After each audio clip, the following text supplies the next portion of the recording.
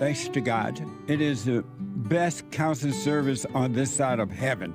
I counsel with men and women, families, individuals around the world. Most people are unhappy, they're miserable, they have rough lives, they're depressed, suicidal, young and old, of all races. I understand, I know why, and I do understand it. Because exactly what's happening in me is happening with everybody outside of me, inside of them. And I've noticed that with those who really want to understand, they overcome it just like that, out of one counseling session.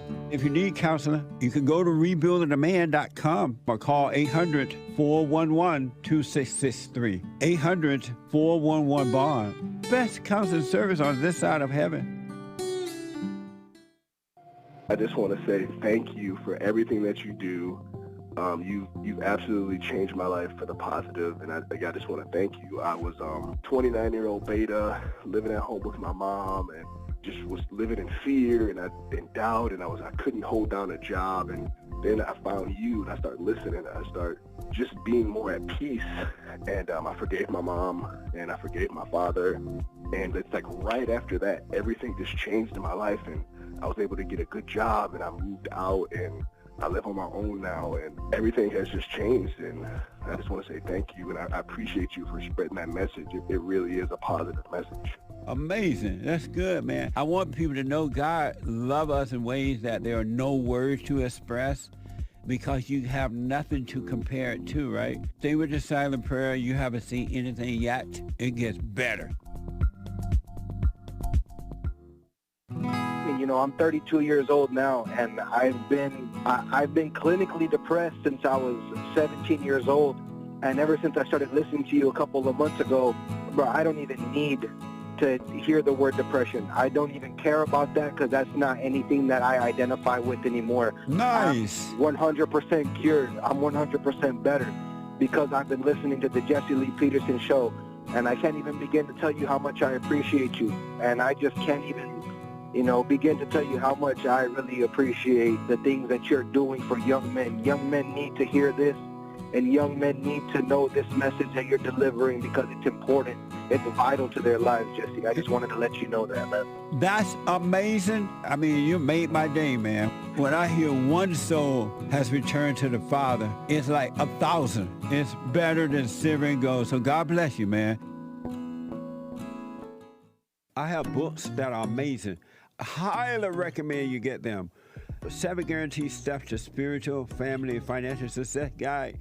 Even if you're not starting a business, but you have a job, or you're on welfare, it can help you if you do. Be doers of the word, all right? From rage to responsibility. From rage. That's what I write about in the first chapter, especially how I overcame. Scam. How the black leadership exploits black Americans. They are using them, and blacks are too willing to be used.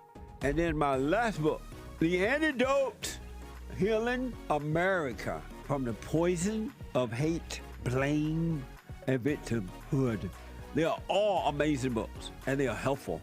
Go to rebuildingtheman.com if you want an autographed copy, or call 800-411-2663.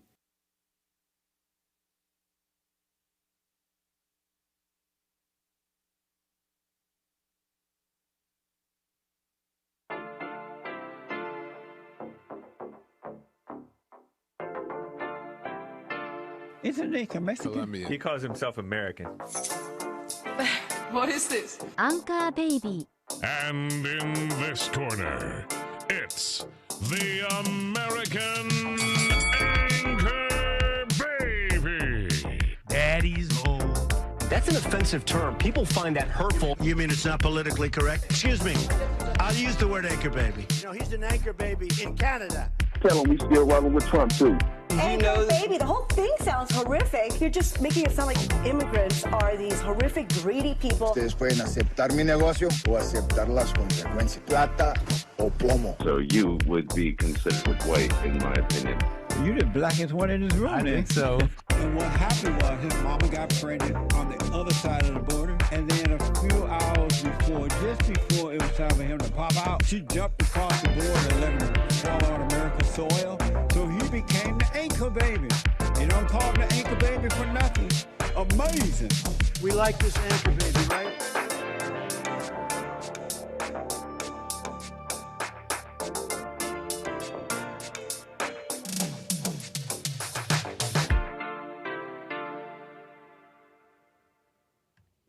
Hello, I'm the American Anchor Baby. This is my show. Thanks for tuning in, folks, on this fine Tuesday. It is a fine Tuesday to be back.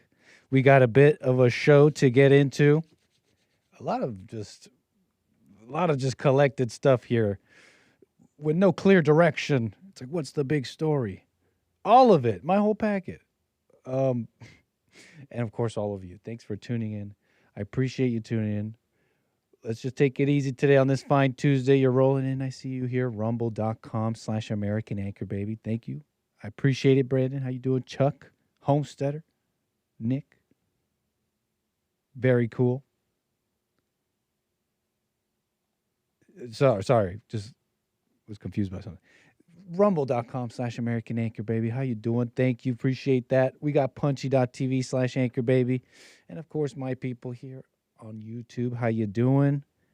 You're here. You're clicking the like button. You're super chatting already. You're saying hello. You're showing that decorum, which I love, which I do appreciate. Okay. You know, no one's forcing you. No one's forcing you. You can live how you want.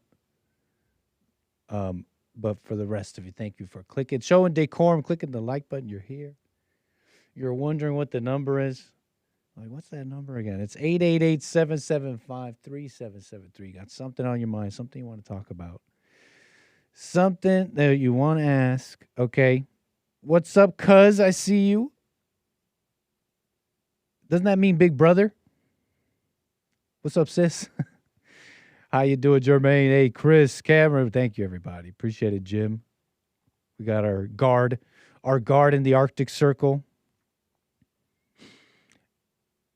What else? How you doing, Cloud? We got Canada in the chat. We got NORAD. We got our defense in the Arctic Circle. We got and of course the Americans here, okay? Ostensibly American. They call them American. What else? I mean, look, you're all here. We're taking it easy. We got stuff to get into. I want to dive into some of this because here at the top, maybe, you know, I put this at the top because maybe I had a halfway. It's like, what I put at the top? Maybe I had a halfway little point. I got a little message.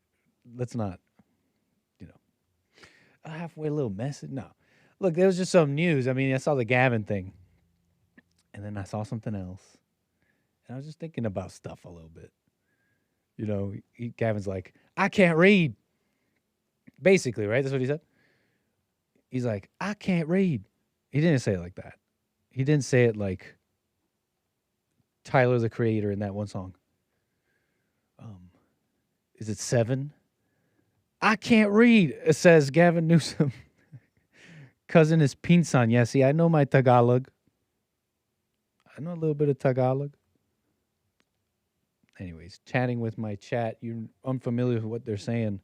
You want to know, you got to be in the chat. Otherwise, okay, what else here? Look, I want to get to my calls. Gavin was on my mind just a little bit. Look, let's do this really fast. Let's dive in so we can get to calls, get to super chats, get to stories. Because, you know, you saw this on JLP. He was like, you know, I have a low SAT score just like you guys. Okay? I'm like you. I'm a 960 SAT guy. I'm not, you know. I can't read. Wait, did he actually say I can't read? Hold on. They're quoting I can't read here. Okay? That's the quote. Hold on. Let's pull it up. Pull up that beautiful beam footage. This is not really beautiful beam footage. Just for the accuracy of the term. For those that know. This is not necessarily beautiful beam footage. Otherwise, but regardless, roll it. I'm not trying to impress you. I'm just trying to impress upon you. You're happy I didn't blast your ears. Okay.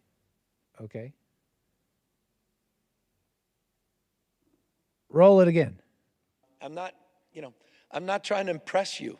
I'm just trying to impress upon you. I'm like you. I'm no better than you.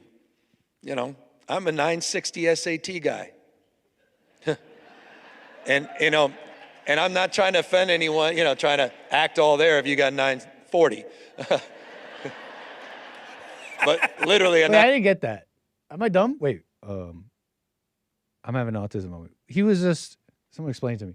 He was just like saying like, he was just like backtracking a bit, right? Like saying like, oh, okay, if you think you're all like 940, like trying to make it sound like not as bad as what he just said, right? What am I not getting there? It's not that important. 960 SAT guy. I cannot, you've never seen me read a speech because I cannot read a He did say I can't read. I can't read. Maybe the wrong business to be in. I didn't know he was talking to a black guy. Yeah. I'm not, Okay, so anyways. So you saw that, and it's like, what? Okay, so he's just saying I'm stupid like you guys. I can't read and I'm dumb like you. So, like, we're all friends, right? Vote for me. I'm cool. That's, like, the obvious thing, right, about it. And I was thinking to myself, I was saying this on JLP, like, I personally wouldn't be able to, I wouldn't have thought that I could walk into a room and say that to a room of people, and they would, like, be happy with me. That they would be, that they would just have I would expect a negative response, like not neutral, definitely not positive. Like I really wouldn't have thought that. Like I don't think that generally. I think generally people have like some semblance of getting offended or like whatever. But there seemed to be none of that. You saw the black guy who was talking to just laughing it up. Big laughs, head knocked back.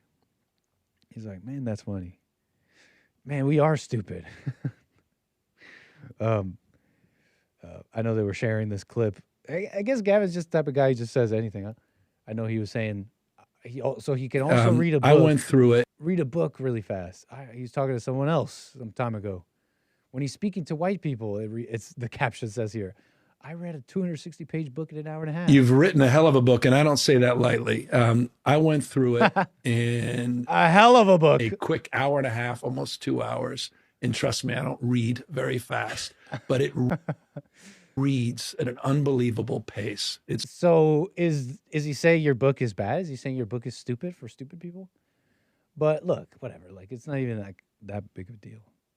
Like, oh my gosh, he's the real racist. Oh my gosh, he's the real racist. Like, whatever, right? It's just funny to me a little bit, this whole thing. But, the whole, like, he's the real racist. What does he really think of black people? Like, whatever. Yeah, sure, it's revealing, but he's just like a politician, just saying whatever. Initially, I wouldn't have thought I could go to a room and say this to anybody. I mean, but I guess you can with blacks, but really, they've been doing that for a long time. Then it hit me. I'm like, wait a second. It's not like I haven't been following politics forever, but I'm starting to remember. I don't feel no ways tired, right? Hillary Clinton. And then the compilation of clips you may have seen of politicians at a black church or otherwise acting black. And I'm like, wait a second. This is par for the course. This is classic. This is a old strategy. And what it is, it's a people can become so blind and asleep, and it's strange, right? It's like, but these are black individuals. I mean, it's a conversation I have not concluded. You're welcome to have it with me here, 888-775-3773. Like, what is it? How is it that individuals can, as a group, right, be like corrupted like this? I think it starts somewhere with how they see themselves. They see themselves as a group. And I don't know if I don't really have a thought on that, really an opinion on that. I'm not saying that's good or bad on its own, just as a basis. I don't want to say that's good or bad. It seems like whites, with their lack of it, have been nothing but attacked by those who seem to have an ethnic identity or whatever, right? You know, it's a conversation we can have because like have black ethnic identity. I see them as Americans to a large degree, but anyways, that's a different conversation. I was pondering though about how like this is a reality of blacks. Like you can walk into a room, and if you're on the right team, if you're like for racism or whatever, you can have this hypnotized, just this hypnotized people. You can sit in a room, be like, I'm stupid like you, and they'll laugh and say, wow, this guy cares about us. So that's just what I was thinking about, like just how imprisoned a people and an individual can be. It really starts at the individual, right? I'm painting this picture that's all connected. This individual creates this prison in their mind of identity, and it goes on to a bigger group, and it's just as I grow up, it's just an interesting thing I noticed is this prison, these mental prisons everyone lives in. And they're called different things. They call them religion. They call it like all these different things. And you have an idea about it all, what you're supposed to do. And it's always for someone else, for someone else, for some other ideology, for something else, something that doesn't make sense. And I can't help but draw parallels with how, for example, blacks can be so brainwashed to vote the same way for so many decades that you can act like this. It could be multiple politicians, and what do they always do? They play on a hate. They play on, hey, these people hate you. I'm like you. I'm your savior. And if it wasn't Gavin Newsome, it's like all the black race hustlers before him. You know, he's really standing on old strategy. And I can't help but draw parallels with white people. It's just anybody who builds this prison that they feel like they need to worship, like racism, for example. No such thing as racism. Lee Peterson .shop. I got it on. You know, they got to worship this ism, this thing, this prison that they're in. And I noticed that there's a lot of similarities with people with this mindset. They have a lot of similarities. They on the most basic, they blame, right? So they see themselves as a victim, they blame, but they act the same way. They go around protesting, they go around creating movements, they go to like city council, they go to the things and they get the mic and they yell real loud. And I noticed that things have only gotten worse for them. Maybe some individuals have found some wealth or some movement and followers even with all their yelling, but I noticed that they act the same. I came across this video, right? And I don't even know if this is exactly a perfect example, but I couldn't help but I watched it again, and I'm like, this kind of fits what I was thinking here, you know. You've seen this before too. Holy crap. Post this video. Holy crap, father goes off against a Texas school giving out Sharia pamphlets and hijabs, Qurans. This is a Christian nation. This guy is spitting fire. Dad at the what is it again? School board thing? Teach Texas school. This is Christian fire coming down, right? America is a Christian nation. Amen. Amen, they're saying. Amen. The principal, 1 year ago, on the same day, World Hijab Day, wore that hijab and said she loved it, all caps. 1 year to the day later, on World Hijab Day, Sunday, Monday hits, they're putting out girls in Sharia. They're passing out Sharia pamphlets, hijabs, Qurans, understanding Islam, understanding Sharia. Sharia treats half of this room like... Preacher. Does he sound like a preacher? And these women are not... This is not a Muslim nation. This is a Christian nation. That principal knew what she was doing. And I am not believing that was one or two people at that front desk. Fire the principal. Yeah. You tell these Principal's not going to get fired. You tell the parents, don't go online to get information, but what did they get online? Marco told the truth. That's where they got the information, and you did. Yeah. Online. Telling us not to go there. This was dawah. Muslim proselytizing. Dawah. It's like me as a Christian. Going dawah. That he says he knows the words. School, they're surely going to stop. Witnessing to these kids. You want me to do that? Let's go. And look, whatever. I mean, maybe I'm like being cynical or something, but it's I'm sure he's a nice guy, but I get this impression. It's like, did you just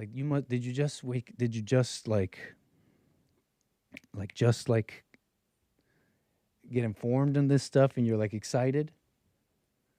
Because the people you're talking to, he goes on, I think he tells these people, these women on this panel, like, Sharia law hates you guys. Sharia law hates women. Oh, wow, yeah. Wow, let's change. He's talking to people that don't care about what he's saying. He's talking to people who are sitting there as he's saying, you can't teach Sharia to my kids. Fire the principal. And they're like, we're not going to fire the principal, and that's the curriculum. So just finish your 3 minutes and then get out of here. And that's what they're thinking. And I just noticed, like, it's like desperation. Do I have the answer what to do? I mean, maybe not. I mean, I would try to make something different. Like, for example, I would not be talking to these people. I would not be at this panel. My kid wouldn't be in that school. You know? He's talking to people that don't care. And I notice it's like, when you see these different isms and minorities, the Somalis, the blacks, and they're out there like reparations, they might even get you. For some of you out there are like thinking, oh, well, it seems like they're kicking and screaming gets them stuff, but it really doesn't. The black community is like poorer than ever. They got like less stuff like amongst themselves. It's all like government stuff. You know, their own businesses, their own communities.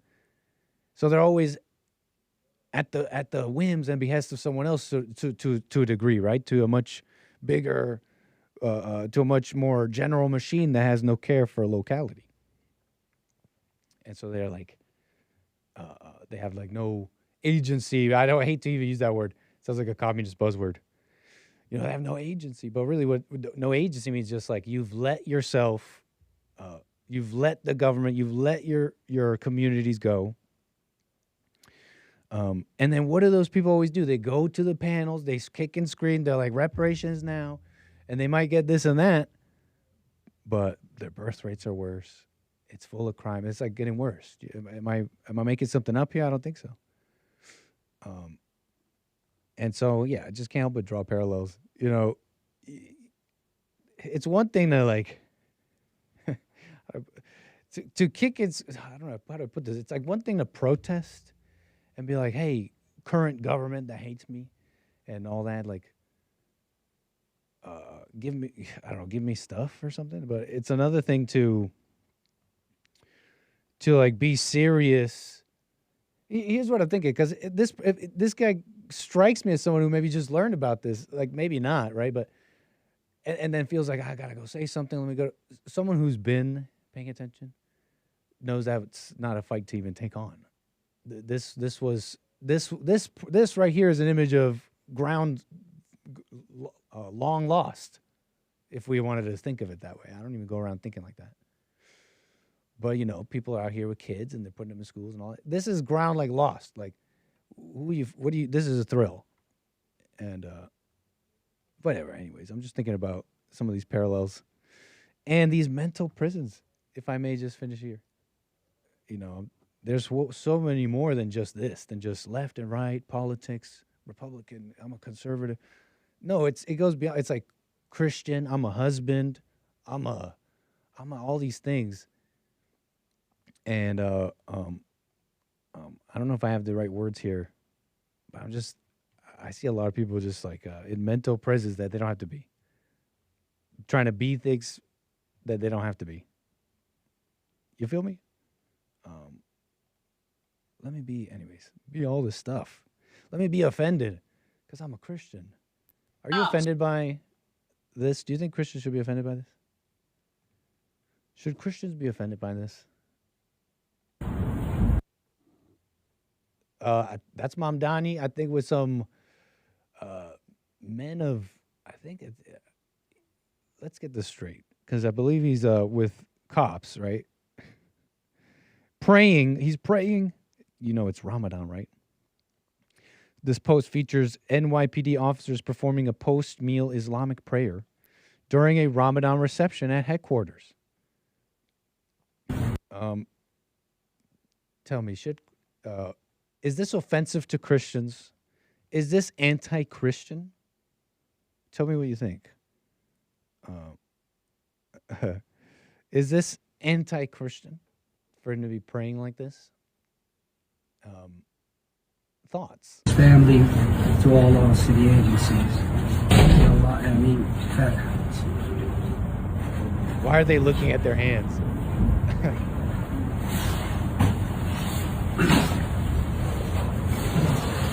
Is that like a Muslim thing? That I'm learning something here. I've never seen the face wash thing. I've never seen that. See, I've seen Christians do that. I've seen Christians do this. The hands up. One time I was shocked too. I had a white friend. He was a good guy. A roommate. Took me to church once up in Canada. He's like, why don't we go? I kind of knew he went to church, but we didn't really speak like that much. But it came up, and I went with him. And he was he's such a like a straight up guy. Like he didn't joke around. He didn't like say much. He's very tidy. And what else about him? Like, what's the word I'm trying to, just like very straight shooter type of guy. Like, I couldn't even picture him dancing, right? We go to this church and they start worshiping. It's like just Christian, like, what's the word? What's the word for like regular Protestant? Look, they're just like worshiping, hands in the sky. They're like, open the eyes of my heart, Lord, right? Maybe not that one. And then my buddy who's like straight shooter Christian, I look over and he's in the chair, eyes closed like this, like stank face, like he's really feeling the Lord, hand in the air. And he's like this. I was like, wow. I don't know. It just seemed so. It seemed like out of place for him. So this hand thing, I've never seen the face wipe. Maybe that's a Muslim thing. Are these officers Muslim? Look, they got the hands out, and then they wipe their face like, Allah, thank you, Allah. Allah. Amen. Okay, I've never seen that. Okay. But yeah, what are y'all saying? Nobody's offended. Never mind then. Never mind then. Yeah, Nick, we're offended. Christians, this is anti-Christian. Okay, it's gay. Okay, I have no response to that. I was expecting you guys to respond differently. Yeah, this is anti-Christian, Nick. What the? Just one of you said it's gay. I have no response. I mean, obviously it's not gay, but okay, I'm left speechless. I have no response. This is a dump. Look, I got one of you guys. Sharia law is not a statute. It's not something for cops to enforce on the American streets. Nobody is going to make you abide by it unless you move to an Islamic country and maybe convert to Islam.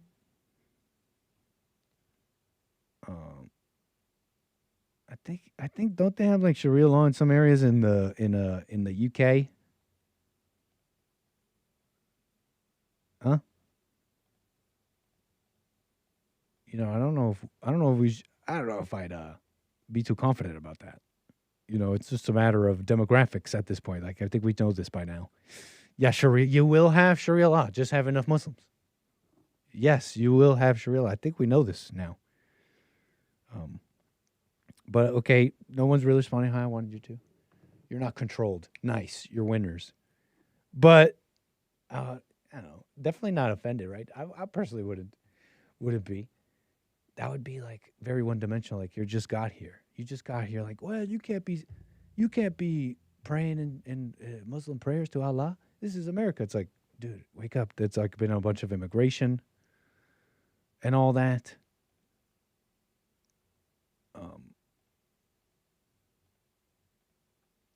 But yeah, not offensive, right? Because think about it. This came up earlier, and this is why I even brought it up.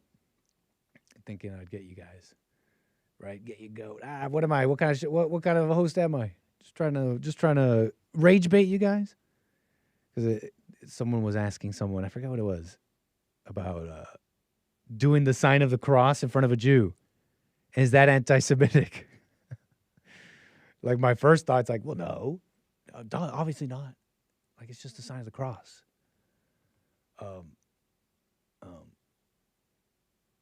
But it can it be? Can it ever be like anti-Semitic, anti-Jewish?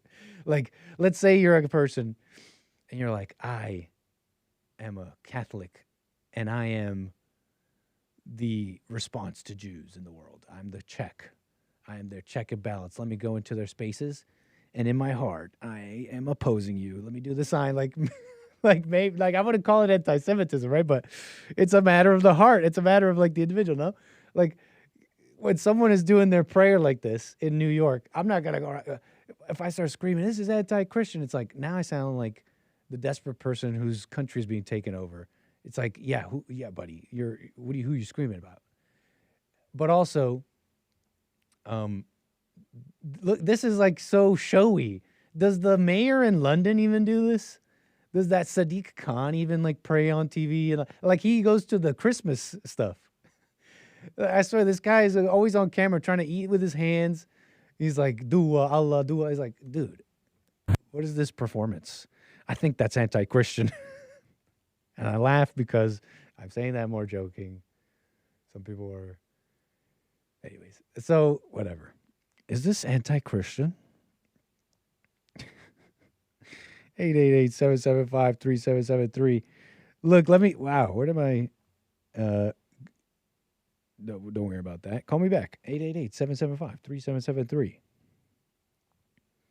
Nothing wrong with learning different cultures, Nick. Yeah, we just did. What are you mad at me about? Look, apparently you pray to Allah and then you wipe your face. Someone tell me about that one. I want to know. I want to be culturally enriched. But, with distance. Okay. What are you guys saying here? Huh? 888-775-3773. Anybody? Let's see here. I got something for you here. In Canada, they have sporks. Oh, look at this. We got some. I have to say, I'm going to just take them blind. We got a call. 888-775-3773. Your name and where are you calling from? Caller. Nick, this is Chuck. Hey, Chuck. Where are you calling from? I'm calling from everywhere and nowhere. A mystery. Well, thank you. I don't want to give my location. Hey, no problem. Is this your first time calling me?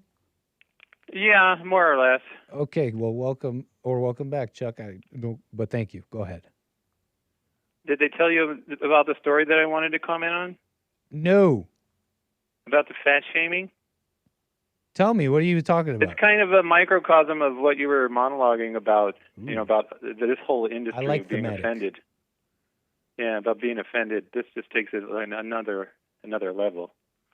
I wanted to direct you to the specific story because the pictures involved in this story are kind of critical to the story. Tell me about it. Because it's fat shaming. Okay. Fat shaming. I can put it in I asked the guy if I should just copy and paste it in the chat. Can you see the Rumble chat? I'll paste it in there. Yeah, I can. Yeah, I just pasted in there. YourCentralValley.com was the story. Oh. There was a few stories on it, but this one I liked because of the pictures and the write-up. I'm seeing this now. Oh, this is a bit of an old story. 2025, November. So what happened? I came across it through my work because I do transcribing, and I was transcribing an interview that they were doing an investigation with some of the teachers.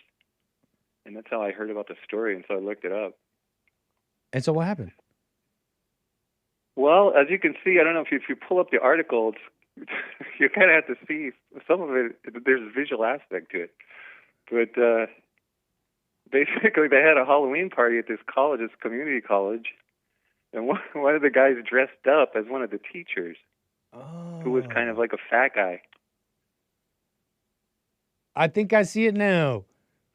So the guy on the left here is the student. He's being the teacher on the Well, right. they're all faculty. It was a faculty Halloween party. Oh, so the guy on the left is not a student. It's a guy in the faculty. He went on. Right. He went to the school dressed as his coworker. Yeah. And so he was claiming I'm not being him, you know. I'm just being the math guy. Was what he said. But I mean, it looks like he even came in carrying like a big jug. Now the second picture. Go down to the second picture. This is the best part. Okay. The second picture, the one below that. I Go see down. this. That guy is the president of the faculty. The Mexican guy on the left. Uh-huh. Now, I thought that was just the way he normally looks, right? They don't say anything. But he's actually dressed up. That's his costume. Who do you think that he's dressed up as? Who is he? I don't know who he's dressed up as. I initially thought what you thought. I didn't think it was much of a costume. Yeah, me too. I'm like, dude, the president is just like some cholo, right? So that's what he went as. No, He just went as a he's cholo? dressed up he's dressed up as Pitbull. Oh, that's pretty good. He does kind of look like Mr. Worldwide. Freaking hilarious. Do you I couldn't work stop at this laughing school or when I was something? doing this story. I mean, don't say if you do or don't, actually. This is what these community colleges have come to, man. You know, one question, though. The guy who's dressed up as the teacher, seems offended because it's like He won the contest. He won the contest. Did he put on, like, fat rolls under him? Or is... Yeah, and you know, That's what I want to know. Did he put on stuff to... Did he put on stuff to be fat? He had a pillow under. Oh, okay. And now they were interviewing witnesses. I was transcribing some of the interviews here on some of the witnesses, and they said, was he saying he was fat, or was he just saying he was like a muscle guy, like a big muscle guy? you gotta do the costume justice. Everybody knows this about Halloween, okay? And but I had time to reflect on specifically on the fat shaming aspect, and it's not fat shaming if you're being accurate, right? That's right. It's his art. It's not fat shaming. It's He's art. just trying to be accurate to the look. Now, let's say he went around and he was in that costume and he said, and he's like, man, I'm such a big fat slob. I should lose some weight. Now, that would be fat shaming, and a type of fat shaming I support. Exactly. I mean, there was no context to the fat being good or bad. He was just being fat to match the fat guy.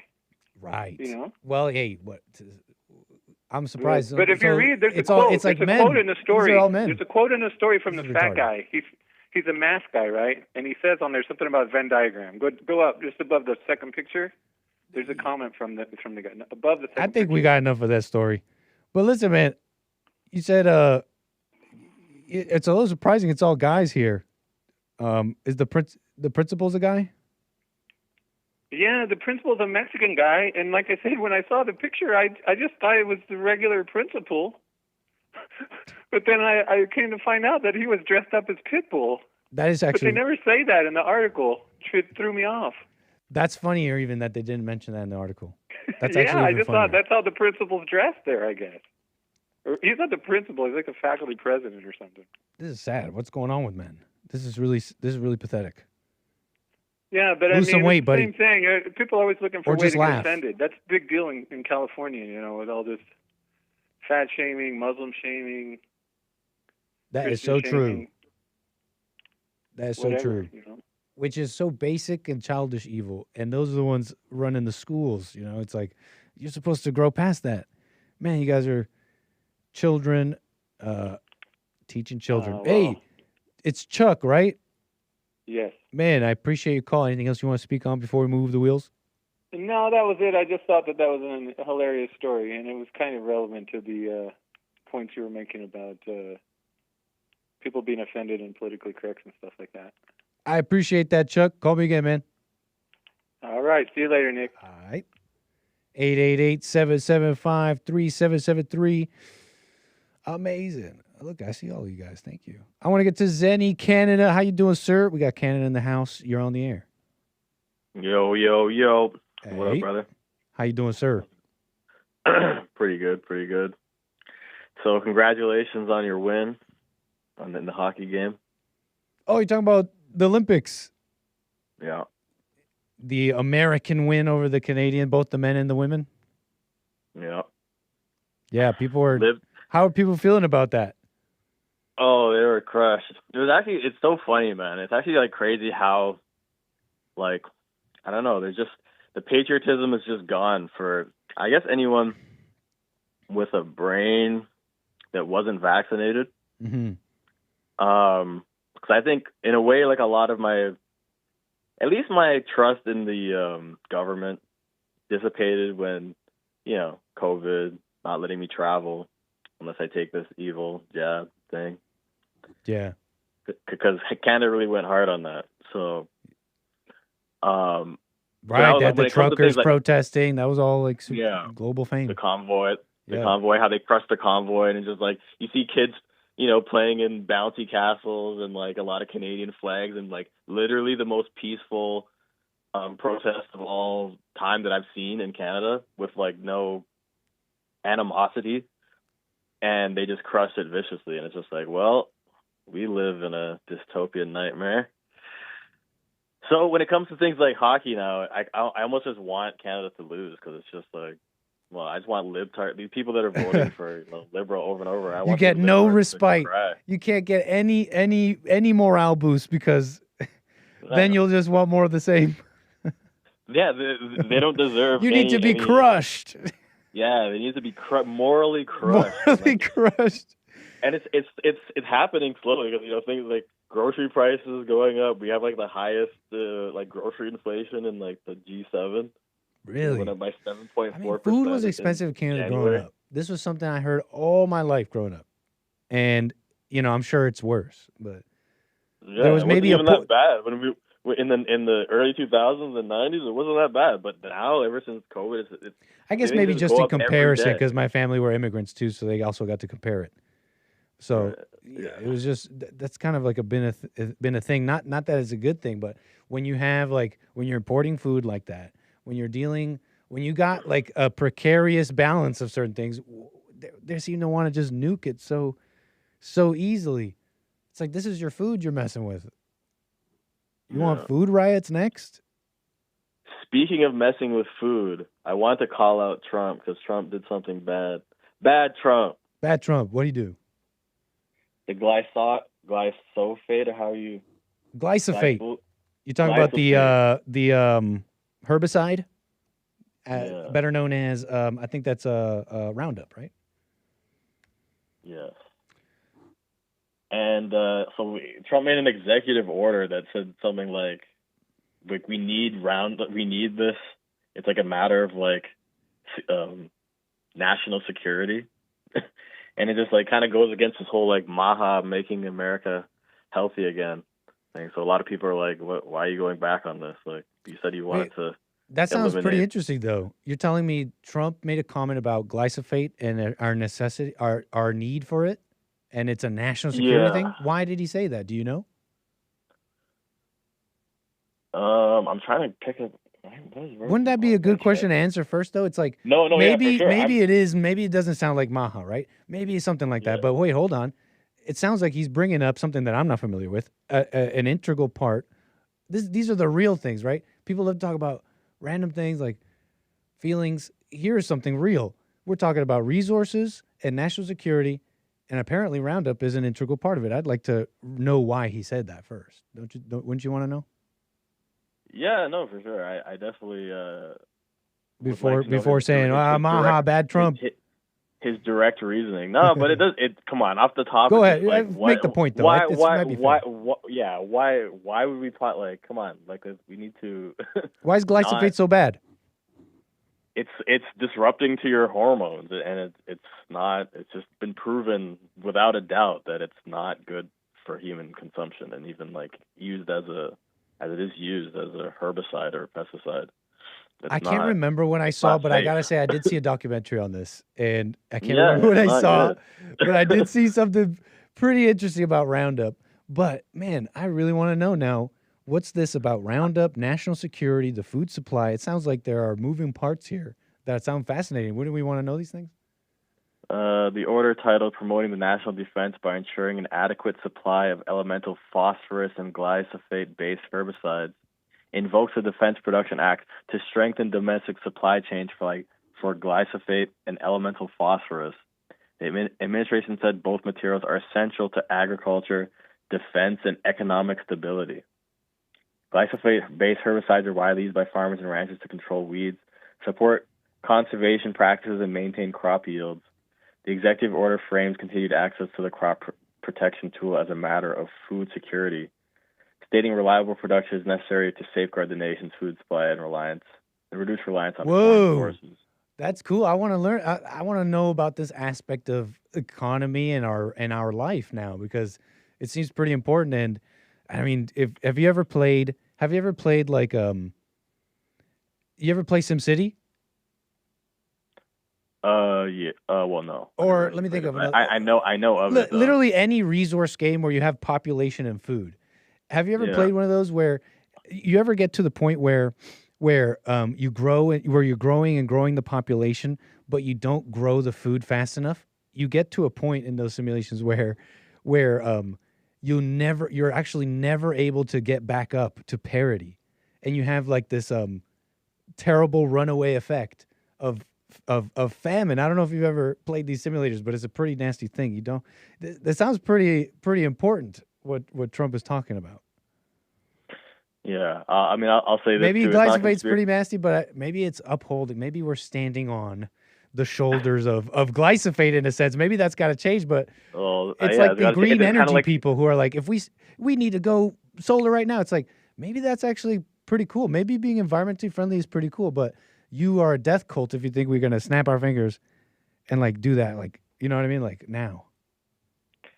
Right. But I mean, it doesn't really, to me at least, it doesn't signal that we're going in the right directions in terms of Maha. And I also heard another thing about how he's kind of going back on his food dye ban as well. So it seems to be just like, well, and just with like he's going, you know, like, crawling out of Minnesota with his tail between his legs. Kind of just like, well, you're going back on all your promises. And no more wars. Come on! Now you're piling on, man. I know, but it seems to be part of a trend that's going on like right now. It's like no new wars. My original question for you was: are you ready to go to war in Iran? Oh, I don't know. I don't know what's gonna happen with that. Let's see. But generally, I feel very ignorant about it. But even in my ignorance, with the little bits of info that I gather, it's like it doesn't seem like something I want us involved in. We got problems here, but I have little. I don't have much to say. So, you know, we have interest there, right? We have interest there. Like what? Like what? Like the security and stability of the region for the globe. It's fine right now. Huh? It's fine. The security is fine. It's going to be destabilized right now by what? If there's a war, that's going to be bad. There's going to be a lot of death. Maybe Iran should stop making nukes. They're not making nukes. They wanna. They're sure they do, threatening. And they're like, and then last time we had a nice deal, and the whole deal was, hey, happening. You guys aren't going to make nukes, right? And they're like, okay, and then they were, sort of. I don't know about that. I mean, some people say they're just making enriched uranium for right, you know, nuclear power. So. Right. But I understand that, yeah, maybe the U.S. doesn't want them to have nukes, especially Israel doesn't want to have nukes, even though Israel has nukes of their own that they do not disclose or have not like really gone out and said. But everyone knows that Israel has them. So, yeah, I mean, what's really so we have some the interest there. You agree?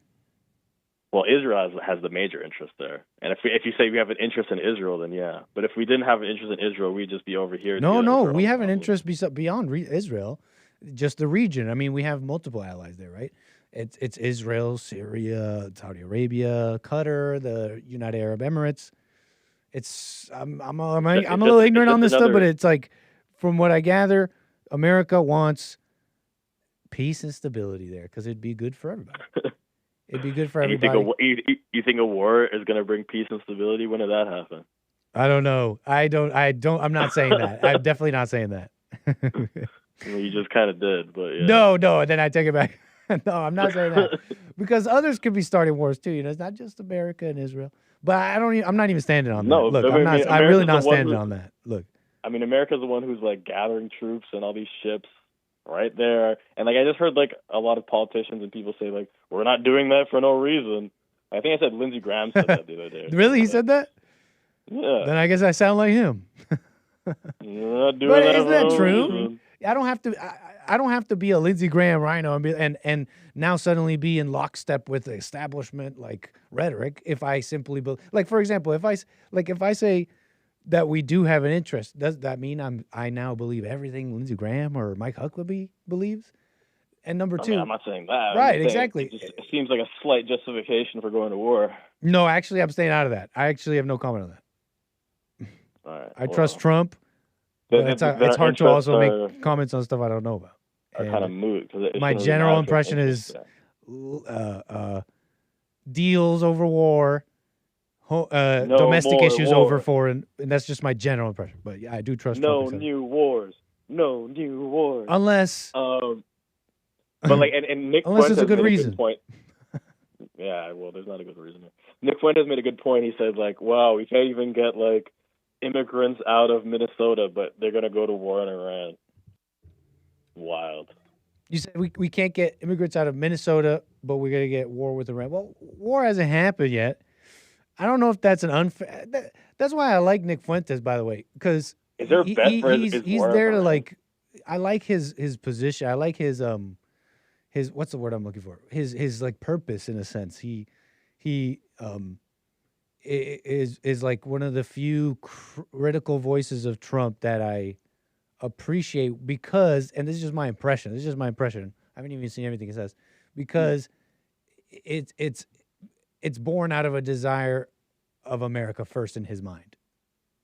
You know what I'm saying? Yeah. Like that's the impression I get from him. Like he really just cares about America, even if I don't agree with the methods.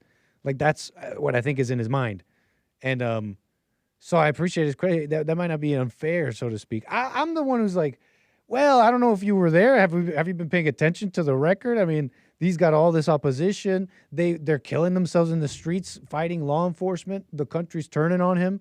It's like he's got to be the president for the time. I thought he was the Great White Hope. But I do appreciate. I thought he was the Great White Hope, man. He's supposed to be able to weather some media being like, "Oh, you killed." Well, here's what you're asking him to weather. But here's what you haven't considered. This is what gets me about this comment is that what I feel like you haven't considered is you haven't logically concluded what it is you're even saying. What you're asking Trump to do is to kill more people. That's what you're asking him to do. You understand? Like to kill more people. Yes. Listen to what I'm saying. Yeah, you are asking that. See, that's what needs to be done. There you go. See, and it's like we can both agree. I think we both have had this conversation where the public obviously doesn't have the stomach for like mass deportations and obviously when you try and deport millions and millions of people who don't want to go, it's going to get maybe messy. You're going to have to bonk some heads, etc. And look, we've had that conversation. And now that we've had that conversation, why is it that you're unable to see Trump for who he is? How could you, you know what I'm saying here? Like you're asking him to be someone maybe he's not. And it's like, you're asking him to rip that wound open. And is it the time? Is he the guy for it? Like, I don't know. But you see what you're saying? You're asking him to rip that wound open and be like, yep, we're going in, we're killing Americans. And well, not that, but we're saying we're going to finish these. So then you really haven't like thought out what you're saying then. No, I have, and a lot of other people have. Like I'm sure Nick Fuentes would agree with me that he hasn't done enough, and he's right. But Trump doesn't want to do that. Do you see that? Trump doesn't want to. I know, but he said he would. He said mass like deportations, and that's me assuming a lot of things. Did he not say mass deportations? You said what? Did he not say mass? Yeah, but he doesn't want to. He doesn't want to. But he doesn't want to like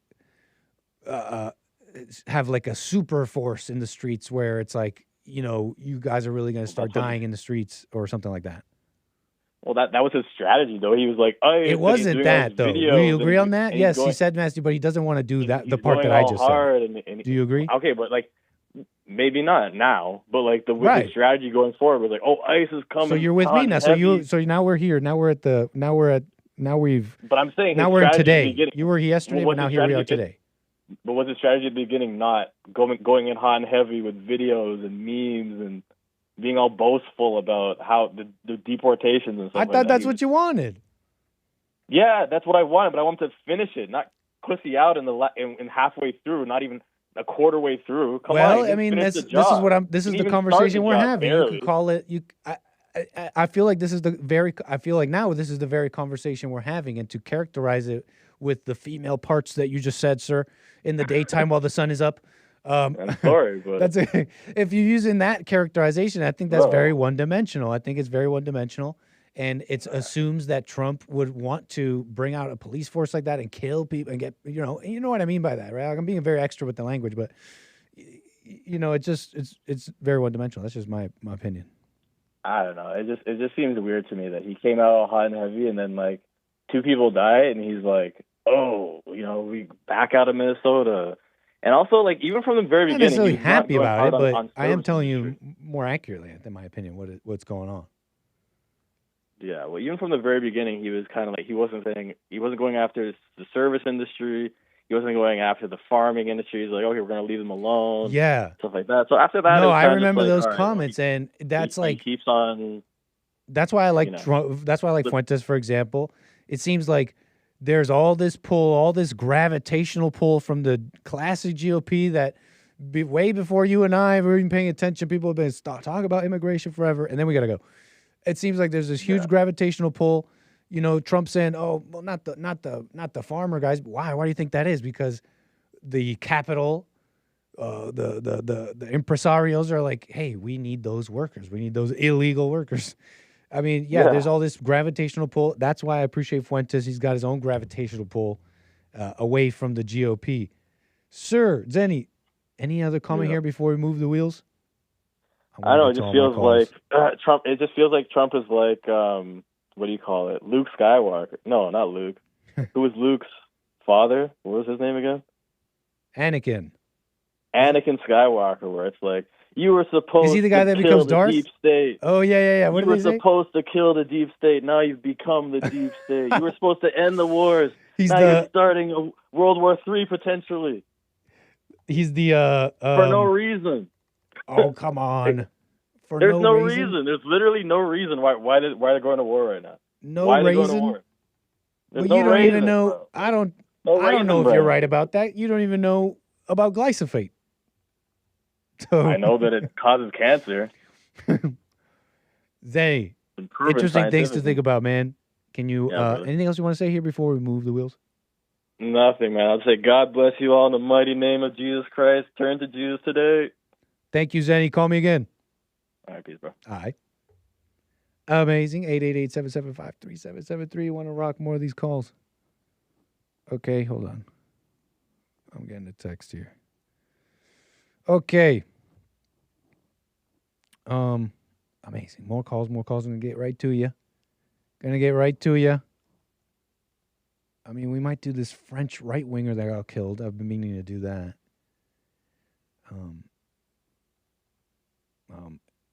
Have you noticed how clear the left is on what they're about? It just seems to me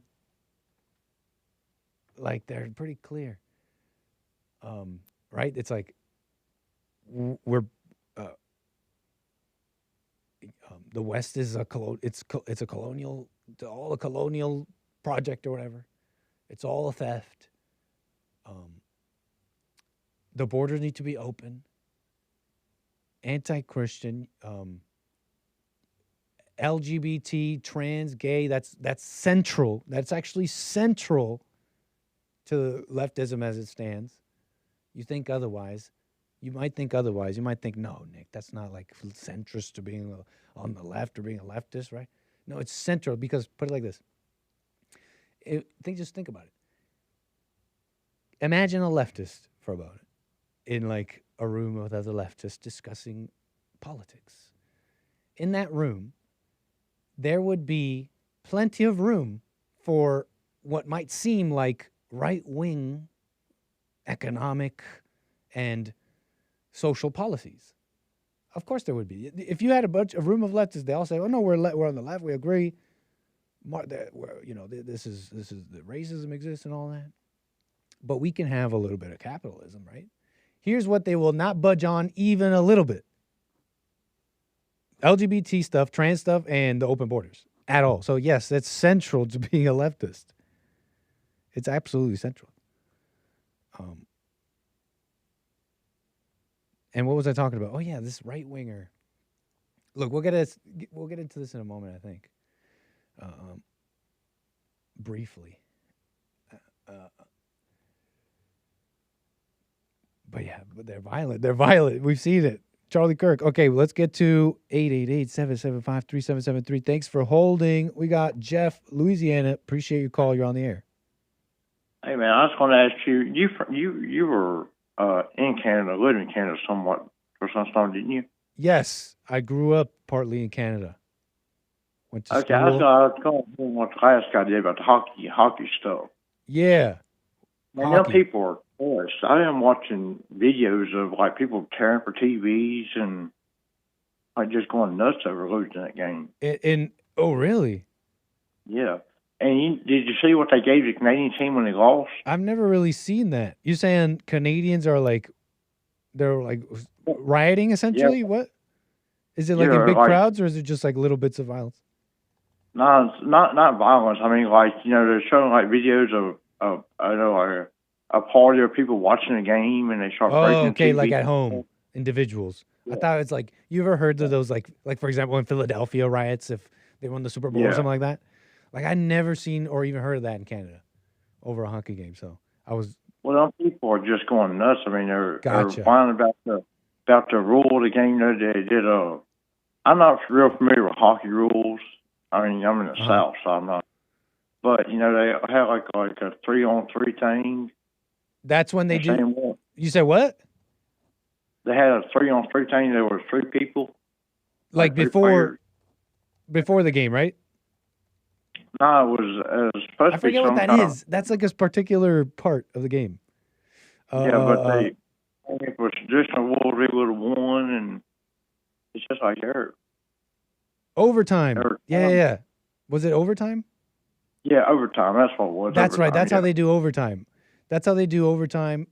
Oh, no. I'm trying to remember how they do that in hockey. Either that's penalties or overtime, but I think that's how they do the penalties. Like if you get to a tied game or something like that, and I don't know if this is how it went down. Someone else help me out here. Canadians in the chat. I'm pretty sure that's how they do penalties. You have goal. You have just goalie and 2 guys. But anyways, you were saying. But it's just they're trying about everything about how we won, and we would have won if we'd been doing it this way and that way. And I love the White House social media team. You see that picture they posted after we won the game? No. They posted a bald eagle attacking a goose.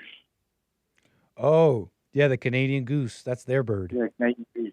And it's a real picture. It wasn't an AI generated.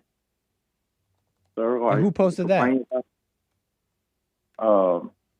They actually went through the series of pictures because it showed a series of pictures based off of one picture. Ah, the White House posted this picture. Yeah. Cool. Sounds like a little friendly competition ribbing. Yeah, looks like a pretty cool picture too. Who was it? Was that orange? Justin Trudeau a couple years ago. He said, "They can never take our game from us." Well, that's the thing about Canadians. I'd be surprised to see them rioting over a hockey game. Really about anything like that. But if it's over America, that's one thing I noticed ever since I got to Canada growing up. There was like a thorn in the side, and not everybody, but there was like a thorn in the side whenever America came up. And I'm like, why does a Canadian even think about America? Like, if you ask an American about Canada, they're like, oh yeah, Canadian, yeah, they're like the nice guys, right? They're the nice guys. Say sorry, yeah, they're cool, they're whatever. Like, they don't have an opinion.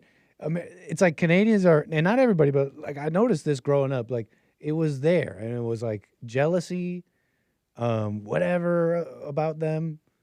So I don't know why even hold on to that? So this hockey game, I'm sure, did not left a lot of people unhappy. I'm sure of it. Well, man, it's just like I don't know why everybody has a problem with us, because it's after I just seen a video a few minutes ago of a woman that posted a video of how her and her partner, which you know what that means, fled the U.S., fled Washington, moved to Canada with a dog and a cat, and now they're talking about how they can't get a job because they can't, they get a 6-month visa. That's right. They can't get a job because not a permanent resident, and they went across Europe and other places, and all these countries want their residents to get the jobs over.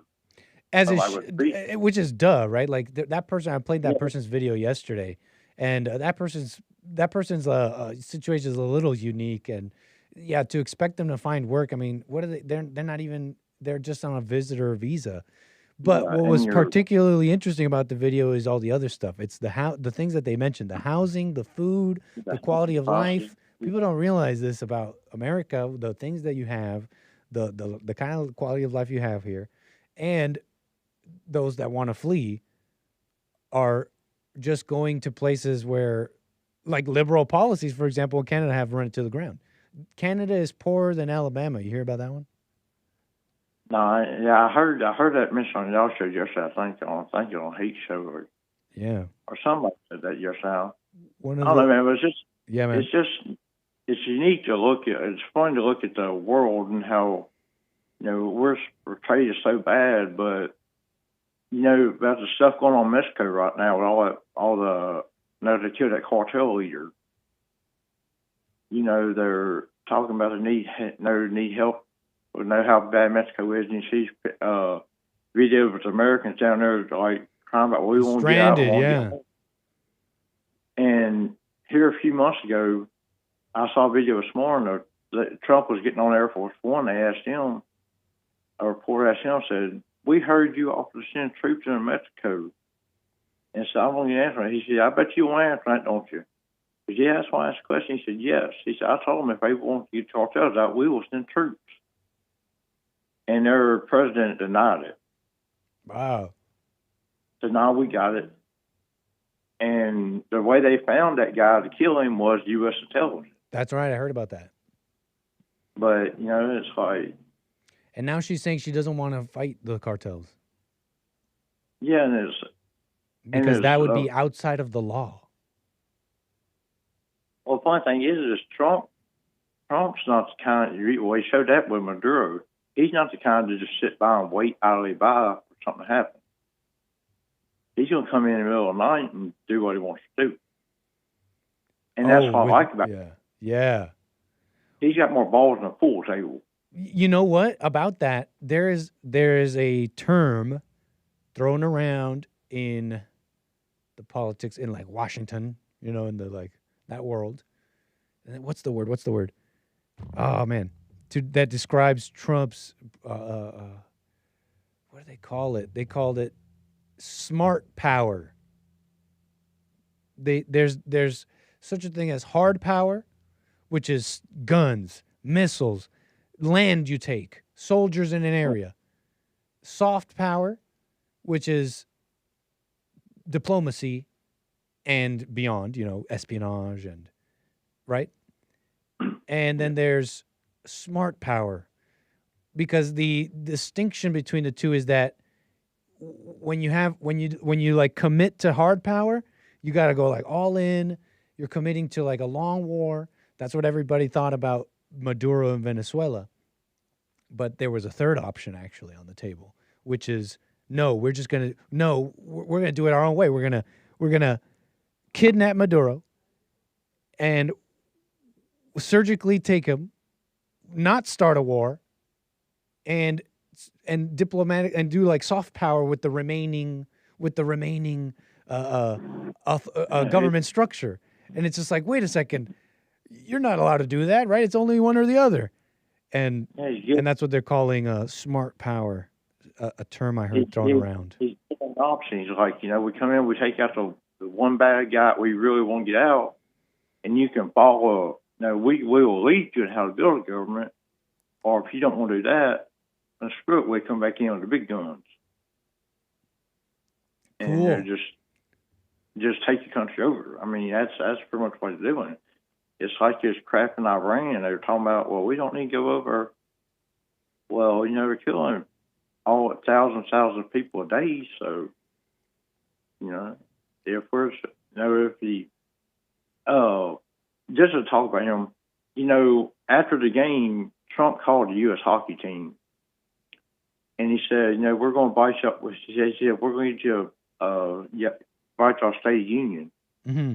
And the guys were all happy, and he's like, yeah, we're going to send a military jet and everything else.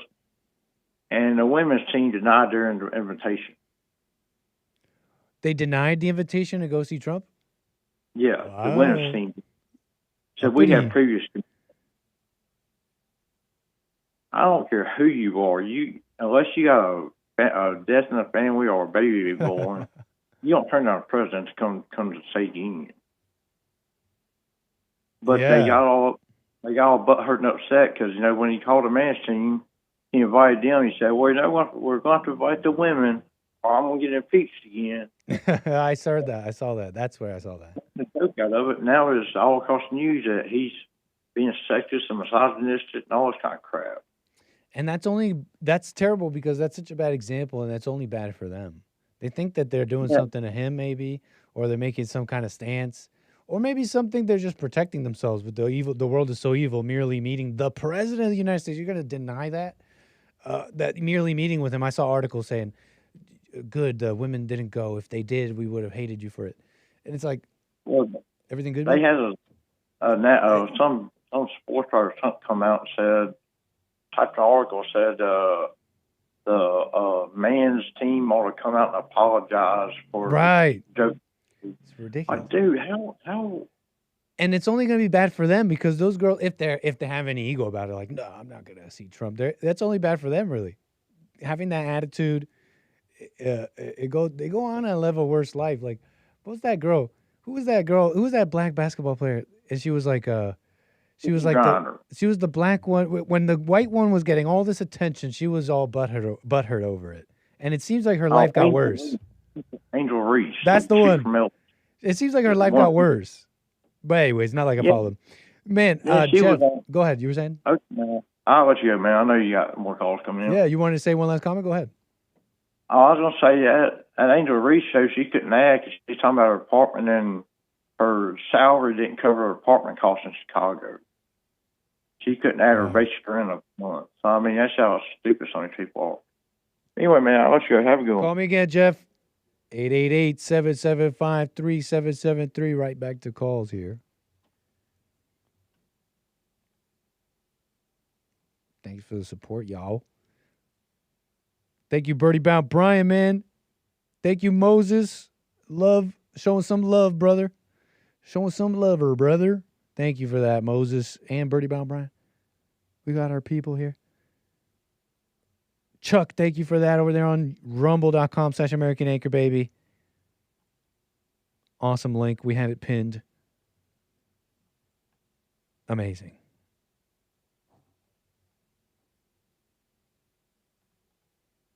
Let's keep it moving here. Let's keep it moving. I'm a little distracted. Hold on. I want to get right to you, Ohio. Hold on. Now, where was I? 3-on-3. Each team has 3 skaters plus the goalie on the ice instead of the usual 5 plus goalie. NHL regular season overtime. If the game is tied after regulation, they play a 5-minute sudden death overtime 3-on-3. Right? It's like they're... Oh, and then if it's still tied, it goes to shootout. So they do have penalty shootouts. Overtime. That's hockey overtime. Okay. You guys heard about this French guy, Quentin? And I want to get to you, Ohio and Texas and everybody. Quentin Deronk. You hear about this guy? 23-year-old. Over there in France. They're having they're having like an election coming up. And, France, the home of the revolution. They have an enduring revolutionary problem. Maybe on the right and the left, because they're out there clashing in the streets, right? And you know when that happens, it's two devils fighting. But sometimes, even when there's two devils fighting, I mean, you know, there's still the instance where one devil committed a crime. You know, it's like two devils can be shouting, and then when one devil isolates the other devil and beats them, hits them in the head, injuring them, you know, it's like these are crimes. You know, people are being particularly violent. Emmanuel Macron is not too happy with Ivanka's father-in-law. Ivanka's father-in-law, Jared Kushner's daddy, is actually in charge. He's the ambassador. He's the ambassador to France, you know.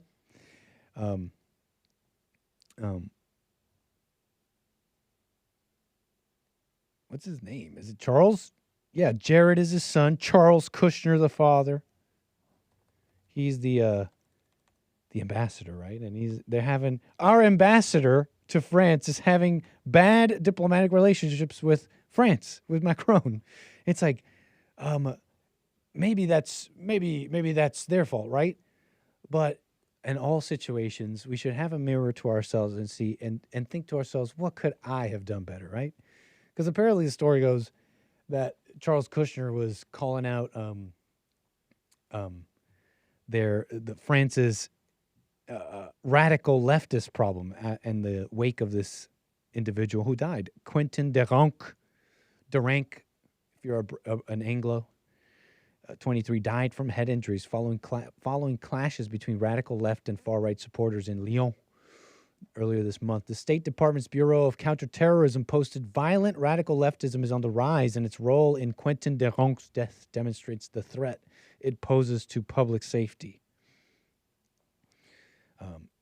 Charles Kushner was sharing and speaking on this, and he was summoned by France's foreign minister, Jean-Noël Barrot. And he's like, I want to talk to this guy. This guy's talking about France.